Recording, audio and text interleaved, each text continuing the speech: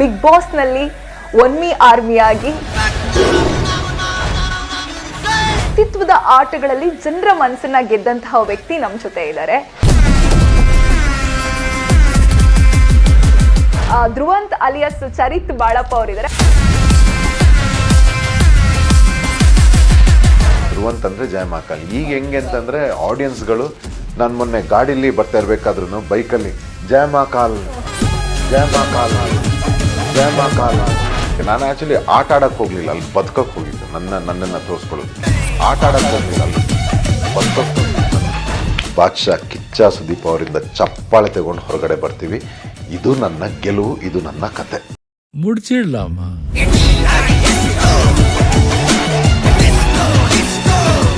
ನಮಸ್ತೆ ವೀಕ್ಷಕರೇ, ಸಪ್ತಾಶ್ವ ಟಿವಿಯ ವಿಶೇಷ ಕಾರ್ಯಕ್ರಮಕ್ಕೆ ಸ್ವಾಗತ. ನಾನು ಶಮ್ಮಿ ಶೆಟ್ಟಿ. ಈ ಕಾರ್ಯಕ್ರಮದಲ್ಲಿ ವಿಶೇಷ ಏನಂದ್ರೆ, ಕಿರುತೆರೆಯ ಒಬ್ಬ ಜನನೆಚ್ಚಿನ ನಾಯಕ ಅಂತಾನೆ ಹೇಳ್ಬೋದು. ಹಾಗೇನೆ ಬಿಗ್ ಬಾಸ್ನಲ್ಲಿ ಒನ್ಮಿ ಆರ್ಮಿಯಾಗಿ ಆ್ಯಂಡ್ ಒಂಟಿ ಸಲಗ ಆಗಿ ಸಾಕಷ್ಟು ತಾನೊಬ್ಬನೇ ನಿಂತು ವೈಯಕ್ತಿಕವಾಗಿ ಹೋರಾಟ ನಡೆಸಿ ವ್ಯಕ್ತಿತ್ವದ ಆಟಗಳಲ್ಲಿ ಜನರ ಮನಸ್ಸನ್ನ ಗೆದ್ದಂತಹ ವ್ಯಕ್ತಿ ನಮ್ಮ ಜೊತೆ ಇದ್ದಾರೆ. ಯಾರಪ್ಪ ಅವರು ಅಂತ ಹೇಳಿ ನಿಮಗೆ ಕ್ಯೂರಿಯಾಸಿಟಿ ಬರ್ಬೋದು. ನಮ್ಮ ಜೊತೆ ಇವತ್ತು ನಿಮ್ಗೆಲ್ರಿಗೂ ವಿಶೇಷ ಅನ್ನಿಸ್ಬೋದು, ಮತ್ತೆ ನಿಮ್ಗೆಲ್ರಿಗೂ ಕೂಡ ಈಗ ಅಚ್ಚುಮೆಚ್ಚು ಅಂತಾನೆ ಹೇಳ್ಬೋದು.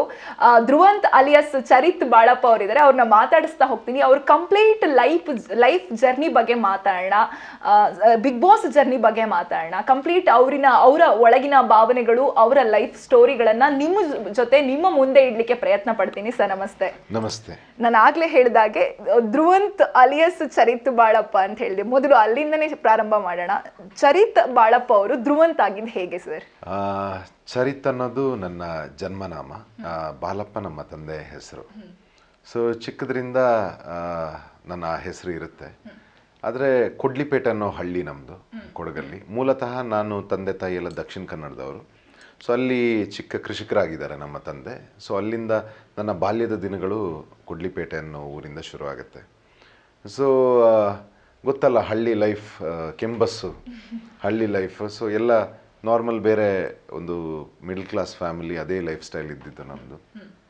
ಆದರೆ ಚಿಕ್ಕದ್ರಿಂದ ಒಂದು ಹೆಸರು ಮಾಡಬೇಕು ಅನ್ನೋ ಕ್ರೇಜ್ ಇತ್ತು, ಪ್ಯಾಷನ್ ಇತ್ತು. ನಮ್ಮನ್ನು ಒಂದು 4 ಜನ ಗುರ್ತಿಸ್ಬೇಕು ಅನ್ನೋ ಹಠ ಇತ್ತು ಚಿಕ್ಕದ್ರಿಂದ. ಸೊ ಬಟ್ ಅದೇ ಎಲ್ಲ ಮಕ್ಕಳಾಗೆ ನಮ್ಮ ವಿದ್ಯಾಭ್ಯಾಸ ನಡ್ಕೊಂಡು ಬರುತ್ತೆ. ಡಿಗ್ರಿ ಮಾಡ್ತೀನಿ ನಿಟ್ಟೆ ಕಾಲೇಜಲ್ಲಿ, ನನ್ನ ಡಿಗ್ರಿ ಆಗುತ್ತೆ. ಎಲ್ಲೋ ಒಂದು ಕಡೆ ಕಲಾಕ್ಷೇತ್ರಕ್ಕೆ ಬರೋವಂಥ ಭಾಳ ಆಸೆ ಇರುತ್ತೆ. ಆದರೆ ಈ ತಂದೆ ತಾಯಿ ಆಸೆ ಇರುತ್ತೆ, ನನ್ನ ಮಗ ಒಂದು ಒಳ್ಳೆ ಕಂಪ್ನಿಲಿ ಕೆಲಸ ಮಾಡಬೇಕು, ಆಮೇಲೆ ಫಾರಿನಲ್ಲಿರಬೇಕು, ಇದೆಲ್ಲ ಆಸೆಗಳು ಇರುತ್ತೆ. ಬಟ್ ಇದ್ರ ಮಧ್ಯೆ ಸಿಗಾಕೊಂಡಿರ್ತೀನಿ ನಾನು. ಸೊ ಏನು ಮಾಡಲಿ ಅಂತೆಲ್ಲ ಹೇಳಿ ಒಂದು ಜೀವನದ ಕೆಲವು ಹಂತಗಳಿಗೆ ನಮ್ಮ ತಂದೆ ತಾಯಿ ಇಷ್ಟದ ಪ್ರಕಾರನೇ ಹೋಗ್ತೀನಿ. ಒಳ್ಳೊಳ್ಳೆ ಕಂಪ್ನಿಗಳಲ್ಲಿ ಕೆಲಸ ಮಾಡ್ತೀನಿ, ಮತ್ತು ಅಂತಾರಾಷ್ಟ್ರೀಯ ವಿಮಾನದಲ್ಲಿ ಗಗನಸಕನಾಗಿ ಕೆಲಸ ಮಾಡ್ತೀನಿ. ಇದನ್ನು ಮುಗಿಸಿ ಮತ್ತೆ ನನಗೆ ಅದು ಕಾಡೋದಕ್ಕೆ ಶುರು ಆಗುತ್ತೆ. ಎಲ್ಲೋ ನಾನು ಎಷ್ಟೇ ಲಕ್ಷ ಸಂಬಳ ಬರಲಿ, ನಾನು ಸೇರಬೇಕಾಗಿರೋದು ಯಾವುದೋ ಬೇರೆ ಜಾಗಕ್ಕೆ ಅಂತಲೇ ಭಾಳ ಮನಸ್ಸು ಇದಾಗ್ತಾಯಿತ್ತು. ಸೊ ಟ್ರೈ ಮಾಡಿದೆ. ಸುಮಾರು ಸರ್ತಿ ಸೋತೆ ನಾನು. ಯಾಕಂದರೆ ಒಳ್ಳೆ ಅವಕಾಶ ಸಿಗಲಿಲ್ಲ ನಮಗೆ, ಒಳ್ಳೆ ಗಾಡ್ ಫಾದರ್ ಇರಲಿಲ್ಲ, ಸಪೋರ್ಟ್ ಸಿಸ್ಟಮೇ ಇರಲಿಲ್ಲ ನಮಗೆ. ಮತ್ತು ಜಾಬ್ನ ಬಿಟ್ಟು ಇದನ್ನು ಟ್ರೈ ಮಾಡಿಕೊಂಡು ಕೂರೋಷ್ಟು ನಮಗೆ ಅಷ್ಟು ಸ್ಪೇಸ್, ಅಂದರೆ ಅಂಥ ಇದು ಸ್ಕೋಪ್ ಇರಲಿಲ್ಲ. ಸೊ ತದಾದ ನಂತರ ನನಗೆ ನನ್ನ ಸ್ನೇಹಿತರು ಒಬ್ಬರು, ಅರವಿಂದ್ ಅಂತ ಗೊತ್ತಾ, ಬೆಕ್ಕಿನ ಕಣ್ಣ ಅರವಿಂದ್ ಅಂತ ಆರ್ಟಿಸ್ಟ್, ಅವರು ನನಗೆ ಯಾವುದೋ ಒಂದು ಶೂಟಿಂಗಲ್ಲಿ ಪರಿಚಯ ಆಗಿರ್ತಾರೆ. ಸೊ ನಾನು ರಜಕ್ಕೆ ಅಂತ, ನಾನು ಕ್ಯಾಬಿನ್ ಕ್ರೂ ಏನಾಗಿರ್ತೀನಿ, ರಜಕ್ಕೆ ಅಂತ ಬೆಂಗಳೂರಿಗೆ ಬರ್ತಾ ಇದ್ದೆ.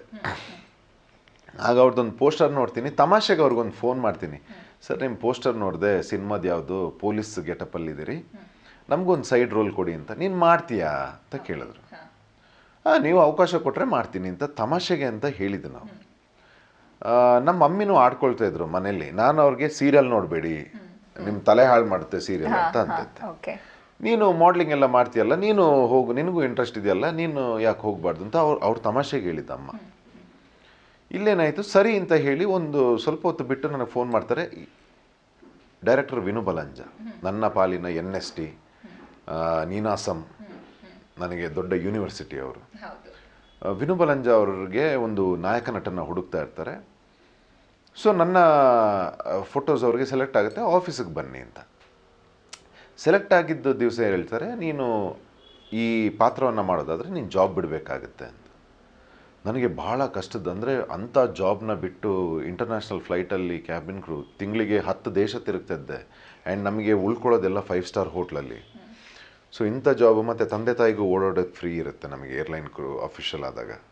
ಸೊ ಹೀಗೆಲ್ಲ ಇದ್ದಿದ್ದು ಲೈಫ್ ಸ್ಟೈಲ್ನ ಹೇಗೆ ಬಿಟ್ಟು ಓಕೆನಾ, ಬಟ್ ಒಂದು ಟ್ರೈ ಮಾಡೋಣ, ಇಲ್ಲಿ ಏನಾದರೂ ಗೆದ್ದರೆ ಇಲ್ಲಿ ಕಂಟಿನ್ಯೂ ಮಾಡೋಣ, ಇಲ್ಲ ಅಂತಂದರೆ ಮತ್ತೆ ಹೋಗೋಣ ಅಂತ ಹೇಳಿ ನಾನು ರಿಸೈನ್ ಮಾಡ್ತೀನಿ. ತಂದೆ ತಾಯಿಗಳಿಗೆ ಭಾಳ ಬೇಜಾರಾಗುತ್ತೆ, ಭಾಳ ಬೇಜಾರು ಮಾಡ್ಕೊಂಡು ಮಾತಾಡ್ತಾರೆ. ನಾನೇನು ಮಾಡ್ತೀನಿ, ಅವ್ರು ಬೇಜಾರು ಮಾಡ್ಕೊಂಡ್ರು ಅಂತ ಅವ್ರ ಹತ್ರ ಕೇಳದೆ ಬ್ಯಾಗ್ ಎತ್ಕೊಂಡು ಬಂದು ವಿನೋ ಬಲಂಜ ಅವ್ರ ಹತ್ರ, ಸರ್ ಜಾಬ್ ಎಲ್ಲ ಬಿಟ್ಟಿದ್ದೀನಿ, ಇನ್ನು ನೀವೇ ನನಗೆ ದೇವರು ಅಂತೆಲ್ಲ ಹೇಳಿ ಅವ್ರ ಹತ್ರ ಬಂದುಬಿಡ್ತೀನಿ. ಏನು ನೀನು ಹೀಗೆ ಎದ್ದು ಬಂದರೆ ಎಲ್ಲಿರ್ತೀಯ ಇಲ್ಲಿ, ನನಗೆ ಗೊತ್ತಿಲ್ಲ ಅಂತಂದರೆ. ಆಗ ಹೇಳ್ತಾರೆ, ಸರಿ ನನ್ನ ಆಫೀಸಲ್ಲೇ ಜಾಗ ಕೊಡ್ತೀನಿ ನಿನಗೆ ಓಕೆ ಅಂತಂದರೆ. ಅಂದರೆ ನಾನು 5 ಸ್ಟಾರ್ ಹೋಟ್ಲಲ್ಲೇ ಇದ್ದವನು, ಈ ಆಫೀಸಲ್ಲಿ ಕೆಳಗಡೆ ಹಾಸಿಗೆ ಹಾಕ್ಕೊಂಡು ಮಲ್ಗೋಕ್ಕಾಗತ್ತಾ ನಿನಗೆ ಅಂತ. ನಾನು ಇಡ್ತೀನಿ ಅಂತಂದೆ. ಅಂದರೆ ಅಷ್ಟು ಪ್ಯಾಷನ್ ಇತ್ತು ನನಗೆ ಫೀಲ್ಡ್. ನನ್ನ ಬ್ಯಾಡ್ ಲಕ್ಕಿಗೆ ಒಂದು 8-9 ತಿಂಗಳು ಪ್ರಾಜೆಕ್ಟ್ ಟೇಕ್ ಆಫೇ ಆಗಲ್ಲ. ಕೆಲಸ ಬಿಟ್ಟಿದ್ದೀನಿ, ಸೇವಿಂಗ್ಸ್ ಏನಿತ್ತು ಎಲ್ಲ ಖಾಲಿಯಾಗಿದೆ, ಅಪ್ಪ ಅಮ್ಮನೂ ಮಾತಾಡಿಸ್ತಾ ಇಲ್ಲ, ಏನಿದು ಹೀಗಾಯ್ತಲ್ಲ ಅಂತ ಆಗುತ್ತೆ. ನಂತರ ನಂದು ಲವ್ಲವಿಕೆ ಧಾರಾವಾಹಿ ಶುರು ಆಗುತ್ತೆ. ಸೊ ಜನಗಳ ಅದಕ್ಕೆ ಎಷ್ಟು ಪ್ರೀತಿ ಕೊಡ್ತಾರೆ ಅಂತಂದರೆ, ಲಕ್ಕಿ ಅಂತ ಫೇಮಸ್ ಆಗ್ತೀನಿ ಅಲ್ಲಿಂದ. ಲವ್ಲವಿಕೆ ಲಕ್ಕಿ, ಅಲ್ಲಿಂದ ನನ್ನ ಜರ್ನಿ ಶುರು ಆಗುತ್ತೆ. ಲವ್ಲವಿಕೆ, ಅಮ್ಮ, ಸರ್ಪ ಸಂಬಂಧ, ಮುದ್ದು ಲಕ್ಷ್ಮಿ, ಮನಸಾರೆ, ಓ ಮುದ್ದು ಮನಸೆ, ಹೀಗೆ ಸುಮಾರು 7-8 ಸೀರಿಯಲ್ಗಳಿಗೆ ನಾಯಕ ನಟನಾಗಿ ನಾನು ಮಾಡ್ಕೊಂಡು ಬರ್ತೀನಿ. ಅಷ್ಟು ಜನಗಳ ಪ್ರೀತಿ ಸಿಗುತ್ತೆ ನನಗೆ. ಅದನ್ನು ಗುರುತಿಸಿ ತೆಲುಗು ಮತ್ತು ಮಲಯಾಳಮಲ್ಲಿ ಕೂಡ ನನಗೆ ಅವಕಾಶಗಳು ಬರೋಕ್ಕೆ ಶುರು ಆಗುತ್ತೆ. ಹೀಗಾಗಿ ನನ್ನ ಈ ಮಧ್ಯದಲ್ಲಿ ಕೂಡ ನಮ್ಮ ತಂದೆ ತಾಯಿ ಅಂದರೆ ಇಲ್ಲಿ ಅಷ್ಟು ರೆಗ್ಯುಲರ್ ಆಗಿ ಇರಲ್ಲ, ಒಂದೊಂದು ಸತಿ ಒಂದು ಪ್ರಾಜೆಕ್ಟ್ ಆದಾಗ ಸ್ವಲ್ಪ ಕಾಯಬೇಕು. ಅವ್ರಿಗಾದರೂ ಇಷ್ಟ ಇರಲ್ಲ. ಮಧ್ಯದಲ್ಲಿ ಮತ್ತೆ ಫಾರಿನ್ಗೆ ಹೋಗಿ ಕೆಲಸಕ್ಕೆ ಅಂತ ಹೋಗ್ತೀನಿ ನಾನು, ದುಬೈಗೆ ಹೋಗಿ ಇಮಿಗ್ರೇಷನ್ಸ್, ಒಂದು ಪ್ರೈವೇಟ್ ಇಮಿಗ್ರೇಷನ್ ಫರ್ಮಲ್ಲಿ ಇಮಿಗ್ರೇಷನ್ ಸ್ಪೆಷಲಿಸ್ಟ್ ಆಗಿ ವರ್ಕ್ ಮಾಡ್ತೀನಿ. ಆದರೂ ಮನಸ್ಸು ಈ ಕ್ಯಾಮ್ರಾ, ಲೈಟ್, ಸ್ಕ್ರಿಪ್ಟು, ಮತ್ತು ನನಗೆ ಈ ಕ್ರಿಯೇಟಿವ್ ಅಂತಂದರೆ ಭಾಳ ಇಷ್ಟ. ನನಗೆ ಒಂದು ಕ್ರಿಯೇಟಿವ್ ಶೂಟ್ ಮಾಡೋದು, ಒಂದು ಸೀನ್, ನಾನು ಆಗಲೂ ನನಗೆ ಕನ್ಫರ್ಮ್ ಆಗೋಯ್ತು. ನಾನು ತಂದೆ ತಾಯಿ ಹತ್ರ ಹೇಳಿದೆ, ದುಡ್ಡಲ್ಲ ಎಲ್ಲ, ಮನಸ್ಸಿಗೆ ಒಂದು ಖುಷಿ ಮತ್ತು ನೆಮ್ಮದಿ. ನಾನು ಯಾವ ಜಾಗದಲ್ಲಿ ಕೆಲಸ ಮಾಡ್ತಾಯಿದ್ದೀನಿ ಅಲ್ಲಿ ನನಗೆ ಖುಷಿ ಇದೆ ಡ್ಯಾಡಿ, ನನ್ನನ್ನು ಎಲ್ಲಿ ತಗೊಂಡು ಹೋದ್ರೂ ನನಗೆ ಸಮಾಧಾನ ಇಲ್ಲ. ನನ್ನ ಸಮಾಧಾನ ಇಲ್ದಾದ ಮೇಲೆ ಪ್ರತಿದಿನ ಕೊರಗೋದಕ್ಕಿಂತ ನಾನು ಎಲ್ಲಿ ಖುಷಿಯಾಗಿರ್ತೀನಿ ಅಲ್ಲೇ ನನಗೆ ಇರೋಕ್ಕೆ ಇಷ್ಟ, ಪ್ಲೀಸ್ ಅಂತ ಹೇಳಿದಾಗ ಬಂದುಬಿಡು ಅಂತಂದ್ರೆ. ಸೊ ಬಂದೆ ಮತ್ತೆ ವಾಪಸ್ ಬಂದು ತೆಲುಗಲ್ಲಿ ಬ್ಯುಸಿ ಆಗ್ತೀನಿ. ನಂತರ ಈಗ ಈ ಅದು ಮುಗಿದ ತಕ್ಷಣ ಇಲ್ಲಿ ಬಿಗ್ ಬಾಸ್ದು ಆಫರ್ ಬರುತ್ತೆ.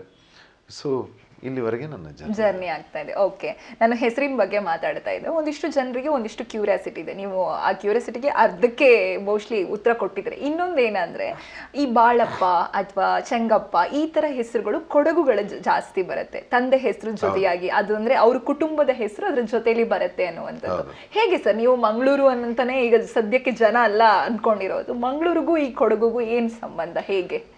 ಆಕ್ಚುಲಿ ಬಾಲಪ್ಪ ಅನ್ನೋ ಹೆಸರು ಕೊಡುವ ಇದರಲ್ಲಿ ಬರಲ್ಲ. ಬಾಲಪ್ಪ, ಚಂಗಪ್ಪ, ಪೊನ್ನಪ್ಪ ಇದೆಲ್ಲ ಬರುತ್ತೆ, ಬಾಲಪ್ಪ ಅಂತ ಬರಲ್ಲ.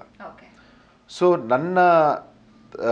ನಮ್ಮ ಹಿರಿಯರು ದಕ್ಷಿಣ ಕನ್ನಡದವರು, ಆದರೆ ನಮ್ಮ ತಾತ ಅಂದರೆ ನಮ್ಮ ತಂದೆ ಇವರೆಲ್ಲ ಜಮೀನ್ದಾರರವರು.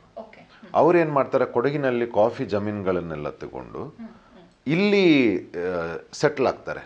ಕೊಡಗಲ್ಲಿ ನಮ್ಮ ಇಲ್ಲಿಯ ವೆದರ್ಗೆ ಮತ್ತು ಇಲ್ಲಿಯ ಪರಿಸರಕ್ಕೆ ಕೊಡಗು ಇಷ್ಟ ಆಗಿ ಇಲ್ಲಿ ಸೆಟ್ಲ್ ಆಗ್ತಾರೆ.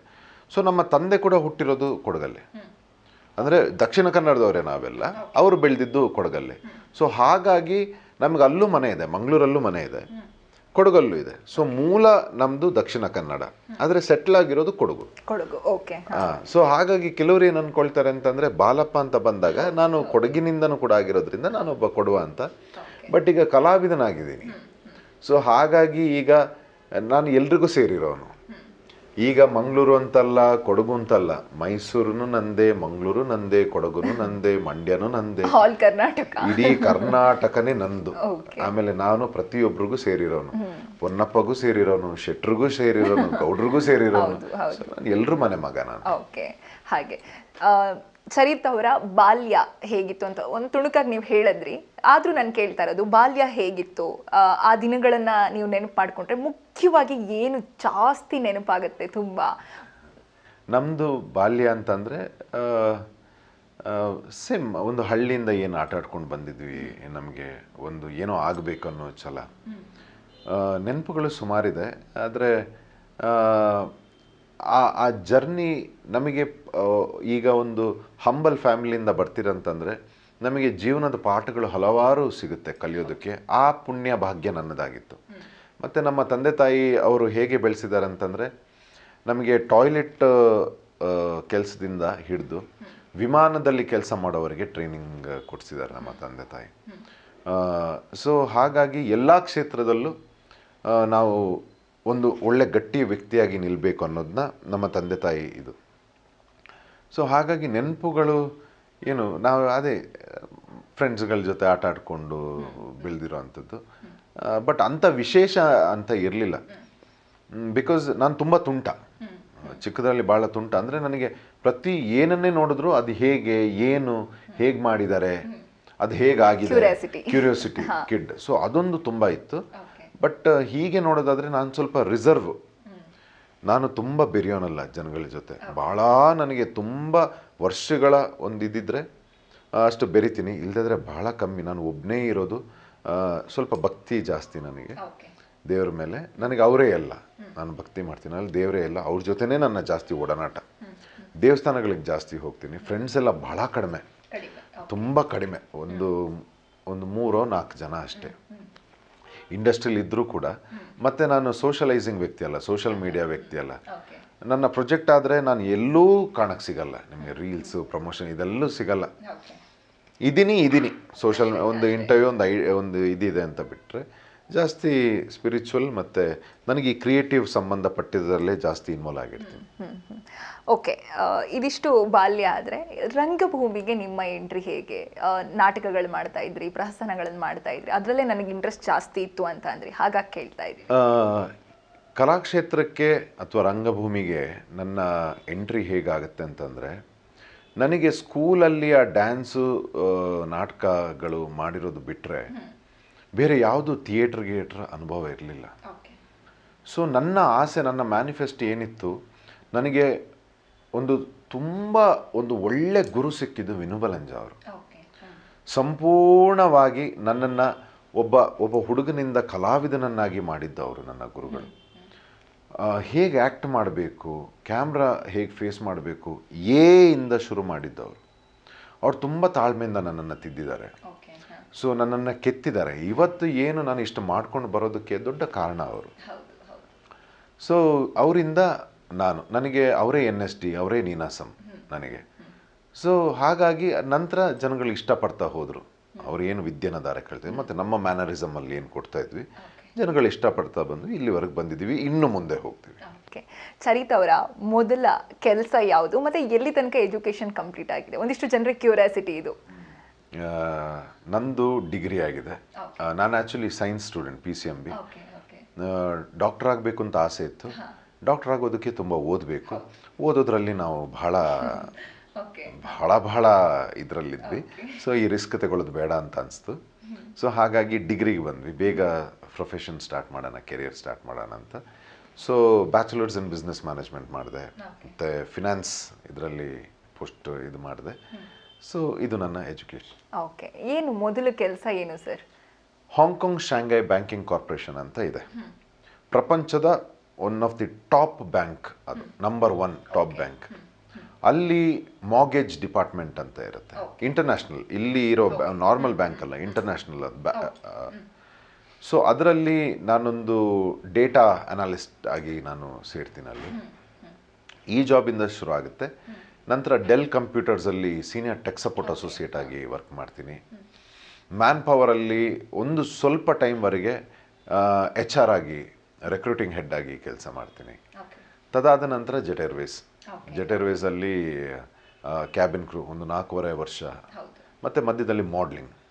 ಮತ್ತು ದುಬೈಯಲ್ಲಿ ಇಮಿಗ್ರೇಷನ್ ಸ್ಪೆಷಲಿಸ್ಟ್ ಆಗಿ ವರ್ಕ್ ಮಾಡ್ತೀನಿ. ಸ್ವಲ್ಪ ಸಮಯ ಇರ್ತೀನಿ ದುಬೈಯಲ್ಲಿ.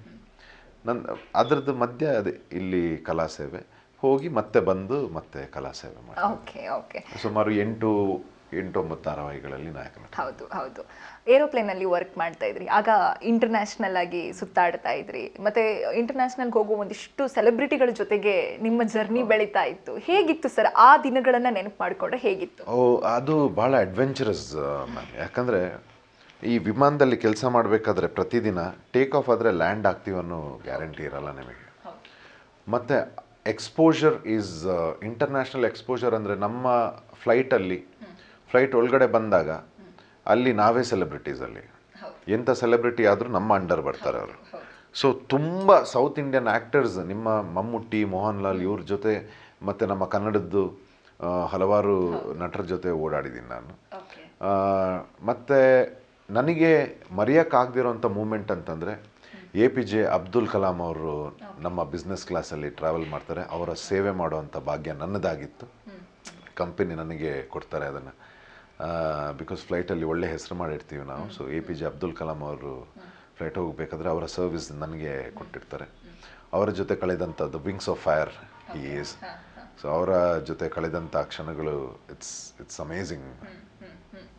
ಓಕೆ, ಅಲ್ಲಿ ಕೆಲಸ ಪಡಿಬೇಕು ಅಂತಂದ್ರೆ ಕ್ವಾಲಿಫಿಕೇಶನ್ ಏನು ಬೇಕು ಸರ್? ನಿಮಗೆ ಡಿಗ್ರಿ ಆಗಿದ್ರೆ ಒಳ್ಳೆಯದು, ಇಲ್ಲದಿದ್ರೆ ನಿಮ್ಮ 11th 12th PUC ಏನಿದೆ ಅದಾದ್ರೂ ನಡೆಯುತ್ತೆ. ಮತ್ತು ಟ್ರೈನಿಂಗ್ ಇರುತ್ತೆ, ಅದಕ್ಕೆ ಆದಂಥ ನಿಮ್ಮ ಪರ್ಸ್ನಾಲಿಟಿ ಇರಬೇಕು. ಮೈಯಲ್ಲಿ ಯಾವುದೇ ಕಲೆಗಳಿರಬಾರ್ದು, ಟಾಟುಗಳಿರಬಾರ್ದು.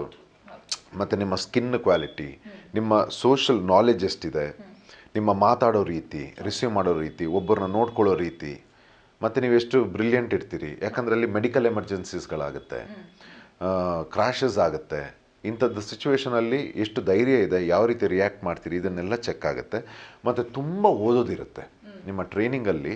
ಈಗ ನಾವು ಇಂಟರ್ನ್ಯಾಷನಲ್ ಮಾಡ್ತಾ ಇದ್ದಾಗ, ಈಗ ಇಲ್ಲಿ ಇಂಡಿಯಾದ ಒಳಗಡೆ ಅಂದರೆ 1 ಗಂಟೆ ಒಳಗಡೆ ಲ್ಯಾಂಡಿಂಗ್ ಟೇಕ್ ಆಫ್ ಆಗಿ ನಿಮ್ಮದು ಮ್ಯಾಕ್ಸಿಮಮ್ 1-1.5 ಗಂಟೆ. ಈ ಇಂಟರ್ನ್ಯಾಷನಲ್ ಫ್ಲೈಟ್ ಅಂತಂದರೆ ನಿಮಗೆ 4 ಗಂಟೆ, 3-4 ಗಂಟೆಯಿಂದ ಹಿಡಿದು ಎಷ್ಟು ಗಂಟೆ ಬೇಕಾದರೂ ಹೋಗ್ಬೋದು, 18 ಗಂಟೆ. ಸೊ ಇಂಥ ಸಿಚುವೇಷನಲ್ಲಿ ನಮಗೆ ಕಲಿಯೋದಿರುತ್ತೆ ವಿಮಾನದ ಬಗ್ಗೆ. ವಿಮಾನದ ಬಗ್ಗೆ ಯಾವ ವಿಮಾನ, ಹಲವಾರು ಟೈಪ್ನ ವಿಮಾನ ಇರುತ್ತೆ. ಅದರಲ್ಲಿ ಸೇಫ್ಟಿದು ಯಾವುದೆಲ್ಲ, ಯಾವ ಟೈಮಲ್ಲಿ ಯಾವುದೆಲ್ಲ ಸೇಫ್ಟಿ ಎಕ್ವಿಪ್ಮೆಂಟ್ಸ್ ಇದೆ, ಅದನ್ನು ಇಂಥ ಸಿಚುವೇಷನಲ್ಲಿ ಹೇಗೆ ಹ್ಯಾಂಡಲ್ ಮಾಡೋದು. ಮೆಡಿಕಲ್ ಎಮರ್ಜೆನ್ಸೀಸ್ ಬಂದಾಗ ಯಾವುದೆಲ್ಲ ಮೆಡಿಕಲ್ ಇದೆ, ಇದು ಜನಗಳನ್ನು ಎಮರ್ಜೆನ್ಸಿ ಆದಾಗ, ಅಂದರೆ ಕೆಲವ್ರಿಗೆ ಹುಷಾರಿರಲ್ಲ, ಹಾರ್ಟ್ ಅಟ್ಯಾಕ್ ಆಗಿರುತ್ತೆ, ಅಥವಾ ಪ್ರೆಗ್ನೆಂಟ್ ಇರ್ತಾರೆ, ಡೆಲಿವರಿ, ಇದನ್ನೆಲ್ಲ ನಮಗೆ ಟ್ರೈನಿಂಗ್ ಆಗುತ್ತೆ. ಹಾರ್ಟ್ ಅಟ್ಯಾಕ್ ಆದಾಗ ಅಥವಾ ಲೇಬರ್ ಪೇನ್ ಬಂದಾಗ ಹೆಣ್ಮಗುಗೆ ಡೆಲಿವರಿ ಹೇಗೆ ಮಾಡೋದು, ಇದೆಲ್ಲ ಟ್ರೈನಿಂಗ್ ಆಗುತ್ತೆ ನಮಗೆ. ಮತ್ತು ಕ್ರ್ಯಾಶ್ ಆದಾಗ ಅಥವಾ ಯಾವುದೇ ಒಂದು ಸಿಚುವೇಷನಲ್ಲಿ ಹೈಜಾಕ್ ಆದಾಗ ಇದನ್ನೆಲ್ಲ ಹೇಗೆ ಹ್ಯಾಂಡಲ್ ಮಾಡೋದನ್ನು ಟ್ರೈನಿಂಗ್ ಆಗಿರುತ್ತೆ. ತುಂಬ ಓದೋದಿರುತ್ತೆ. ಮತ್ತು ಹಲವಾರು ಡಿವಿಷನ್ ಮತ್ತು ಸರ್ವಿಸ್. ಈಗ ಜನಗಳಿಗೆ ಹೇಗೆ ಕಾಣಿಸುತ್ತೆ ಅಂತಂದರೆ, ಇವರು ಕೋಟ್ ಹಾಕ್ಕೊಂಡು ಕೊಡ್ತಾರೆ, ತಗೊಳ್ತಾರೆ, ಅದನ್ನು ಮೀರಿ ಇದೆ, ಅದು ಜಸ್ಟ್ ಒಂದು ಪಾಯಿಂಟ್ ಅಷ್ಟೇ. ಅದನ್ನು ಮೀರಿ ಇನ್ನೂ 10 ಹಲವಾರು ಇದರಲ್ಲಿ ನಮಗೆ ಟ್ರೈನಿಂಗ್ ಆಗಿರುತ್ತೆ. ಸೊ ಅದು ಜನಗಳಿಗೆ ಗೊತ್ತಿರಲ್ಲ. ಸೊ ಹೀಗೆ ಕಲಿಯೋದಿರುತ್ತೆ. ಕಲ್ತಾದ ನಂತರ ನಿಮ್ಮ ಪರ್ಫಾರ್ಮೆನ್ಸ್ ಮೇಲೆ ಇಂಟರ್ನ್ಯಾಷನಲ್, ಡೊಮೆಸ್ಟಿಕ್ ಹಾಗೆ ಹೋಗ್ತಾರೆ. ಸೊ ನನಗೆ ಸ್ಟ್ರೈಟ್ ಇಂಟರ್ನ್ಯಾಷನಲ್